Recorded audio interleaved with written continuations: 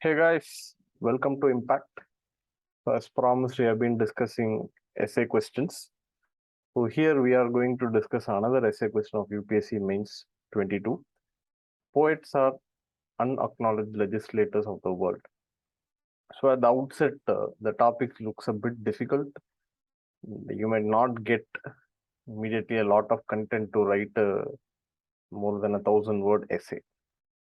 So here we will discuss some of the points how you can expand the essay and how you can make it analytical. So you will understand again, as we told in the previous video, that you already know this content. It's just that the right thing will strike for whoever you are feeling it difficult, whoever feeling this difficult.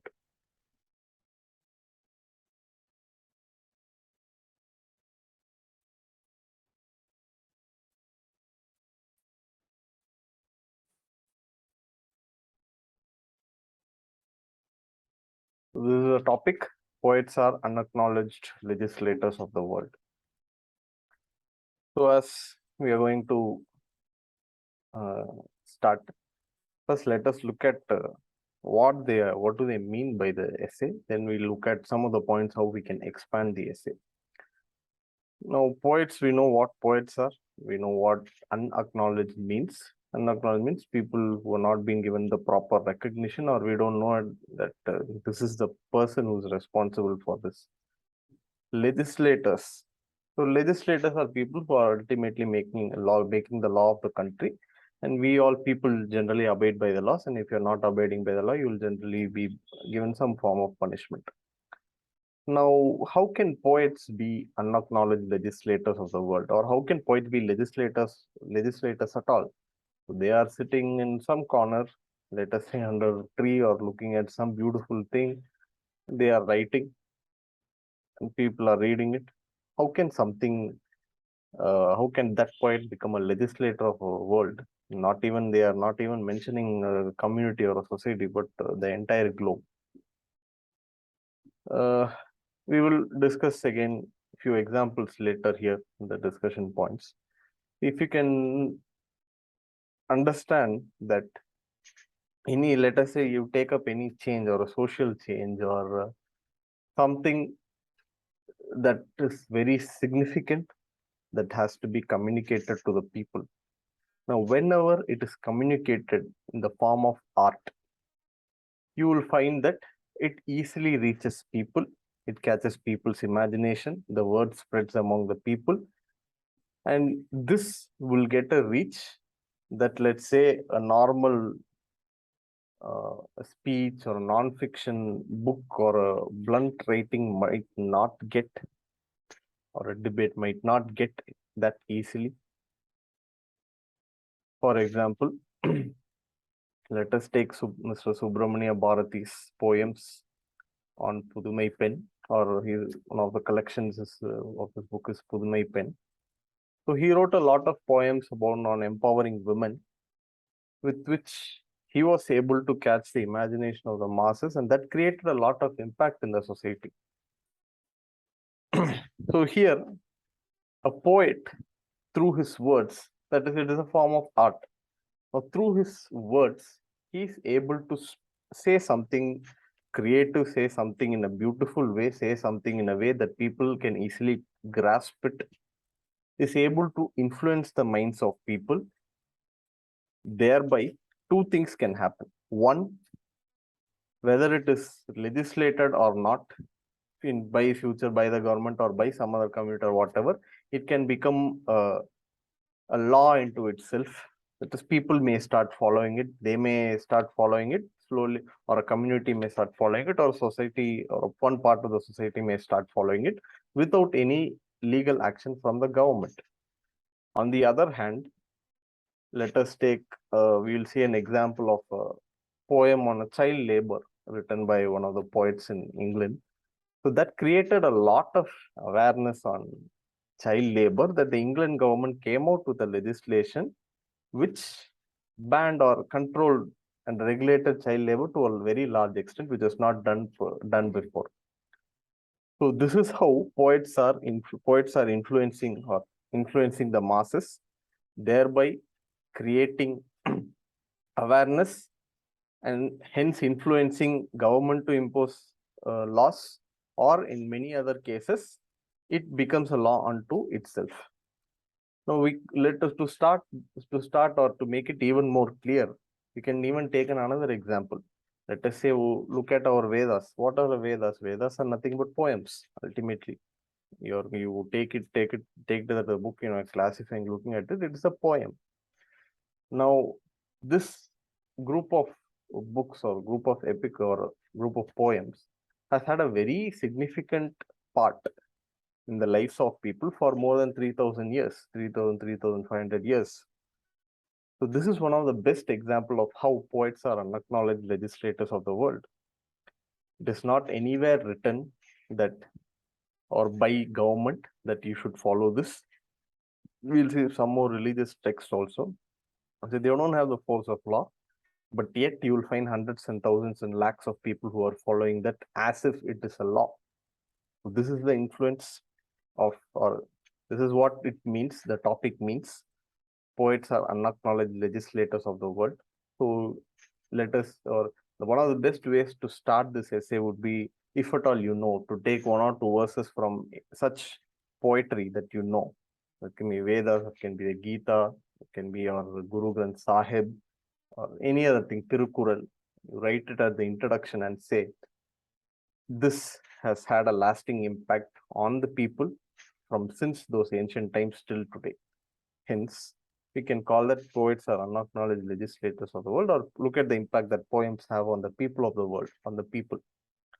Then we can go on to give a philosophical backing or whatever we discussed.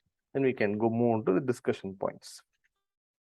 So as we discussed, Ramayana and Mahabharata are ultimately epic poems. So it has a lot of lessons on ethics, statecraft, morals and values, how to treat your family, how to treat your brother, how to treat your wife, what is good, what is wrong, which has still played a major role, especially in the psyche of Indian people, to uphold and or influence Indian people in a major way. Similar thing, Vedas, we have already discussed. So when if you want to look at some other Western philosopher, we can take Aristotle. So he spoke about the 4 cardinal virtues. Even still today in political science, it is one of the major or one of the important political thoughts, schools of thought, given by Aristotle. Next, slowly, here I have taken up a historical way or a chronology. I tried to follow a chronological flow for me for the essay.